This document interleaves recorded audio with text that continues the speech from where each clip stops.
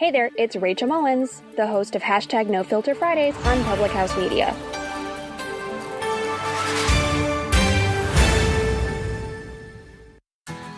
Do you need some extra motivation in your life? Are you looking to be inspired? If so, then look no further than the Good God Company. At the Good God Company, their mission is to create and clothe all loving humans with their unique, inspiring, and beautifully designed t-shirts. All of the products from the Good God Company are equally designed to motivate you and improve your life. From their mugs, workout tanks, to eye-appealing shirts and sweatshirts. Learn more about their renowned products by visiting thegoodgodcompany.com. That's thegoodgodcompany.com. The Good God Company is proud to support Public House Media. The Good God Company. I'm feeling good.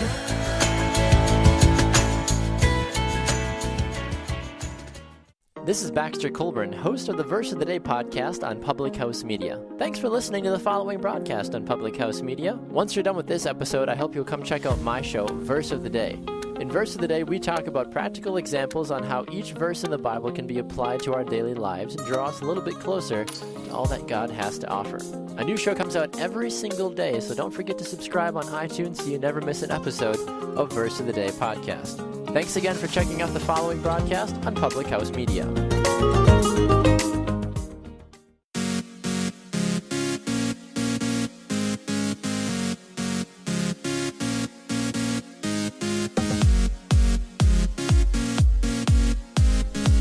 How do you see yourself? Do you have unconditional love and respect for yourself? Better yet, do you even like yourself? Good morning. Welcome to Choose to Rise. I'm so glad that you're with me here on Public House Media.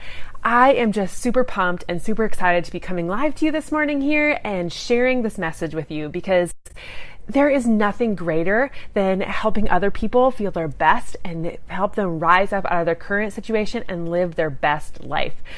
I am so pumped that you have joined us here on Public House Media and that you come back here again. Make sure you hit subscribe and share this message with somebody that you love, or just take a screenshot of it on the podcast and send it off to somebody, or put it on your social media. Let them know that you care and tag me in it. Tag at choosetoriseup@gmail.com, or at choosetoriseup, or me, myself, Kim Meyer, on Instagram or anything else, and I would love to interact with you. I'd love to know that you're sharing my stuff and that you're helping other people spread the mission and joy of Choose to Rise, and that would make my heart so happy. So thanks so much for doing that in advance, and let's dive into this. Sadly, how would you answer those questions? How would you answer the question, how do you see yourself? How are you loving yourself? Do you respect yourself? Do you even like yourself? These were questions that I had to ask myself, and these were questions that I wasn't necessarily finding the answers that I really liked. Sadly, most of us don't even really like ourselves when it comes down to it. The lack of self-love is the root of many problems in our today's society. We don't see ourselves as worthy. We often don't see the self-criticism and the self-hatred even that is a part of our hearts and our minds. And we really lack the proper self-care we need to because we put other needs before our own. And we often find ourselves last on our to-do list. One of the reasons we struggle with self-love is the simple fact that we do things kind of backwards. Right? We want to find love in other places. We want to find love in success. We want to find things in the people around us and the things that are happening with us and to us. But we have to first love ourselves in order for us to find other people. So how can we be happy with outside things when we are not happy with the inside things? Good question, right? How do we find happiness out there if we can't find happiness in here? I'm telling you, it's impossible, and I've lived that life. I know it. So while we look for love and satisfaction in all the wrong places, we find ourselves full of complaints. We complain about everything. We complain about our spouses. We complain about our significant others. We complain about our family, our kids, our jobs, our friends, all the things that are happening around us. And when you're complaining, you're just bringing in more negative things in your life. So whatever the situation is, we find a way to complain about it, and then we just kind of summon more crap to happen in our lives. We become so focused on the love that we feel that we should get from other people that we long for their attention. We long for things to happen in a way that's going to serve us, but yet we're not really doing anything to serve ourselves. So how can we get around that? There's a lot of times when we put ourselves into a situation where we're looking for something for someone else, when we expect somebody else to make us happy, when we're looking for other people to bring us joy, we oftentimes get instead this feeling of resentment or this feeling of lack because we are searching for someone else to provide it for us instead of us providing it for ourselves. And the only way you can control any of that is to actually do it yourself instead of always depending on someone else. And, when reality hits, we long for love and seek attention because we haven't figured out who we are or whose we are. And so what we need to really do is know how, nor do we even try to love ourselves, yet we expect everything in our life to flow smoothly. We expect to live a life full of overflowing love and passion, yet we're super empty on the inside. And there's really no way that we can pour out of ourselves if we're empty. And so if we want to pour love into other people and for them to pour into us, first we have to find ourselves. And a lot of times we're walking around broken people with cracks in our jars and a misunderstanding of who we are as an individual, and really not loving who He's made us to be. And that makes it super hard for us to get love, but most importantly, it's really hard for us to give love when we can't love ourselves first.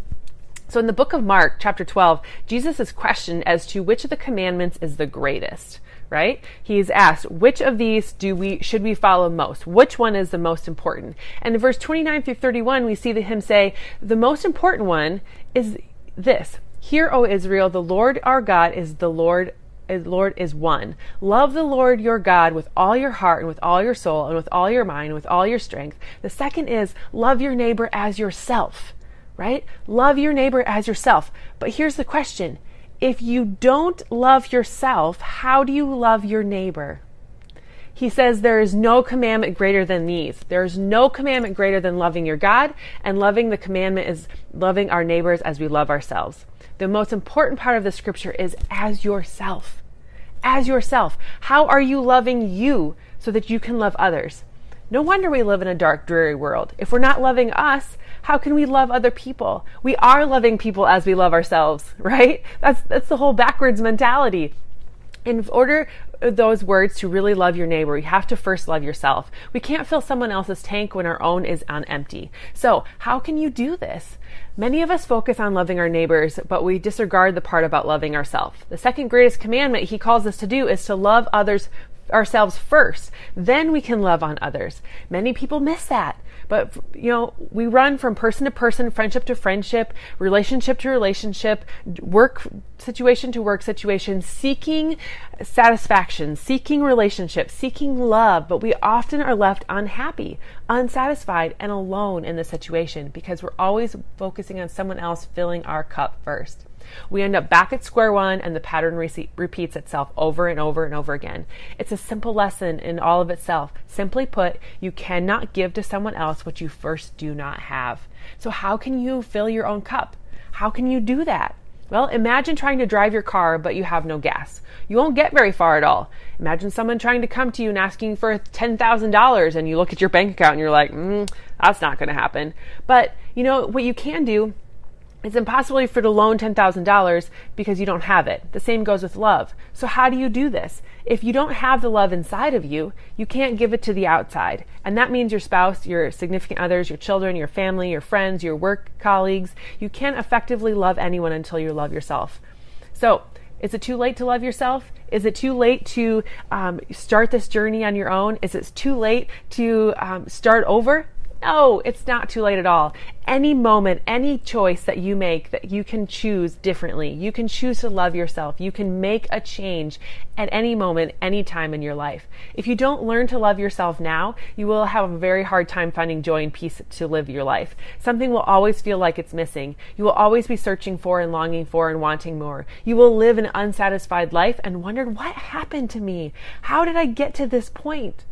Love yourself through your own eyes. Look in the mirror. Tell yourself you love yourself. Look in the mirror and don't pick it apart. Look in the mirror and say, you are strong, you are capable, you are worthy. I love my nose. I love my hair. Look at those biceps, right? Think about all the amazing things that are part of who you are. Write down a list of all the great things that you've accomplished in this world, of the great personality traits you have, of the things that you can give to other people because God's created you this perfect being.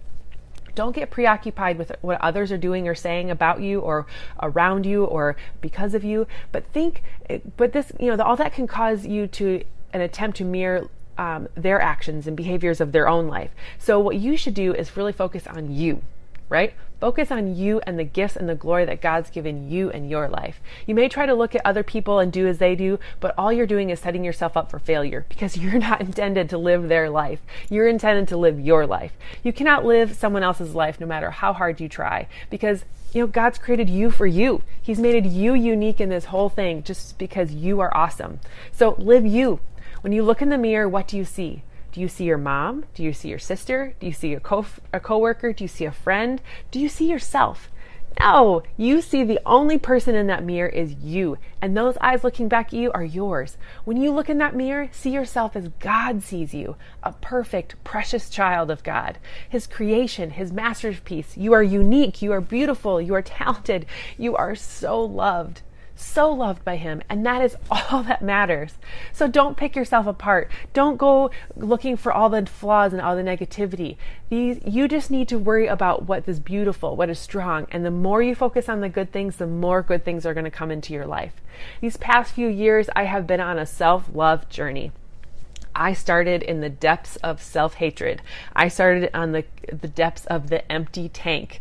There was no more gas left in my tank, and there was everything that was all wrong. I was focusing on the wrong things. I was worried about the wrong things in my life. And this journey has not just been about self-love, it has also been about self-care. For far too long, I defined myself by the roles that I have. I was worried about being the best wife, the best mom, the best friend, the best worker. I was worried about the titles that I had, this title, this achievement, that accomplishment. I lived my life by the roles of which everyone else and was completely neglecting myself.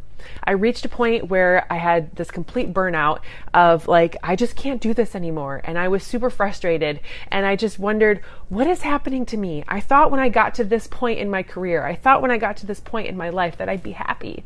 But I was just running on E. And through conversations with prayer and with, finding a new routine in my life and just making a decision that this was enough and I couldn't do this anymore and I had to do something different. By making a choice that I was going to start taking care of myself, that I was going to start making a change and doing something different. That's when I realized that I'd been neglecting myself for far too long. I had to rediscover myself all over again. Who am I? What do I like? What do I want to do with my life? How do I want to achieve great things? How am I going to live the purpose that He's put inside of me? This process was far from easy, but has so been worth it. I've reclaimed the power in my life. I've realized that I am still the wife, mom, and everything else that those roles in my life that I've been given and granted the preciousness of, but I learned I had to be me first. So a typical hang-up many women, including myself, have is the fear of being selfish, self-centered, of, being, put out there as you're not taking care of other people. You don't have time for any of that. That's the fear that's in there. But honey, it's okay. It's not selfish to take care of yourself. It's not selfish to take time for you. You can't give and expect to have something left. You have to first refill and reboot you. That's self-care. That's not selfish. It's smart. It's being prosperous with the tools that you have so that you can develop and do more in your life so that you have more to give. Self-care is not selfish. It is necessary. It's also a choice. A choice to take the time to care for ourselves just as great as it is to take care of others. It's taking the necessary steps to ensure our own mental, physical, and spiritual well-being. As natural caregivers, we give of ourselves until we're completely defeated and left with nothing. But you first need to ask yourself, if I deplete me, then what do I really have to offer to myself to others? What can you do in order to give to other people if you haven't given to yourself first? So remember, you can't give what you don't have first. You can't give to others if you are running on E. So what is it that you're going to do today in order to give to yourself? How are you going to remind yourself that you are worthy, that you are capable, that you are an amazing individual, and that you have everything that you need in order to live your life with your purpose? Thank you so much for joining me today, and I would love to interact with you. I'd love for you to share this. I would love for you to, when you share it, I'd love you to tag me so I know that you're there. I'd love to send you something amazing for doing that. So connect with me, share this with somebody else. Thanks for joining me, and I'd hope that to connect with you here on Choose to Rise. I'm so excited to have you a part of this journey with me, and I hope that you check out my page, Choose to Rise. I hope that you come back again here to Public House Media, and I also hope that you check out one of our sponsors, the Good God Company, that you go check them out on Facebook or Google them and see what other amazing, cool things that they have to offer, because they are super amazing to sponsor us here and help us become out there in this world, that we can spread this word of positive living, and that God is amazing and is gracious to us as we allow him to be. So thank you so much again for joining us. I hope you love, subscribe, hit go back to iTunes and leave a rating there for us so more people can see it. And thanks again for joining me. I hope you have a fantastic Monday, and let me know how you are loving yourself, how you are doing in this life, and I'd love to interact with you and work with you more. Talk to you later. Have a good day.